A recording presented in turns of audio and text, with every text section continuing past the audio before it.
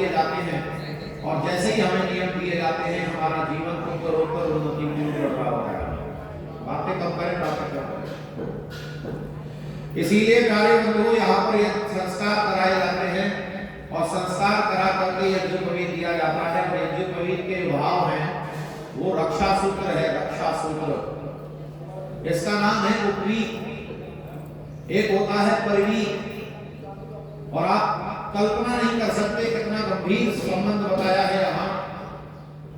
ऐसे समझो जैसे माँ के गर्भ में बालक होता है वैसे ही आचार्य के गर्भ में बालक होता है, आचार्य के सानिध्य में रहता है।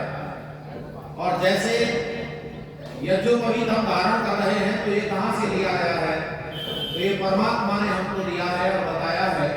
जैसे गर्भ के अंदर बच्चे के पोषण के लिए नाल रहती है, माँ की नाभि से जुड़ा रहता है बच्चा, वो भी ऐसे ही पड़ा होता है।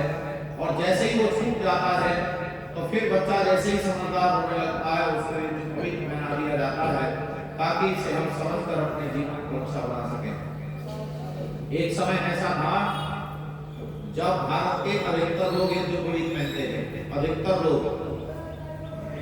यज्ञोपवीत अधिकतर लोग पहनते थे। मुसलमान आए, उन्होंने यहाँ अत्याचार किए और अत्याचार करके लोगों के जनेऊ उतरवाए।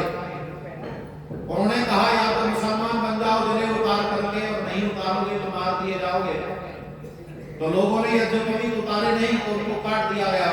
जब लोगों को मार दिया गया तो उनकी डेड बॉडी से जनेऊ तोड़ करके इकट्ठे किए गए और एक एक दिन में 1.25 मन, उस समय शेर चलते थे, 40 शेर का एक मन होता था, 1.25 मन माने 50 शेर जनेऊ इकट्ठा किया गया एक एक दिन में। अब आप अंदाजा लगा ही सकते हैं कि आपके हाथ में जो यज्ञोपवीत है वो कितना भारी है। 50 शेर यज्ञोपवीत इकट्ठे किए जाए तो कितने लोग मारे गए होंगे। लोग इतने मर गए लेकिन लोगों ने विधर्मी होना स्वीकार नहीं किया। भारत देश में जितने मुसलमान हैं वो सब कायर हिंदू ही है। उन्होंने जिन्होंने जनेऊ छोड़ दिए वही है, बहादुर लोग बलिदान हो गए और कायर और कमजोर मुसलमान हो गए। ये है इतिहास। इसीलिए आप लोग आज के समय में यज्ञोपवीत नहीं पहन पा रहे हैं तो कमजोरी ही मानी जाएगी। आप लोग कमजोर हैं अगर जनेऊ नहीं पहन पा रहे हैं। और स्त्री और पुरुष समान रूप से पहनने का अधिकार है। कोई भी यज्ञोपवीत पहन सकता है, कोई यज्ञोपवीत नहीं पहनता उसी को हमने शूद्र समझा जाता है। जिसने पहन लिया वो शूद्र कहाँ रहेगा, वो युद्ध बन गया। इसीलिए यज्ञोपवीत आप लोगों को हर्ष के साथ लेना चाहिए।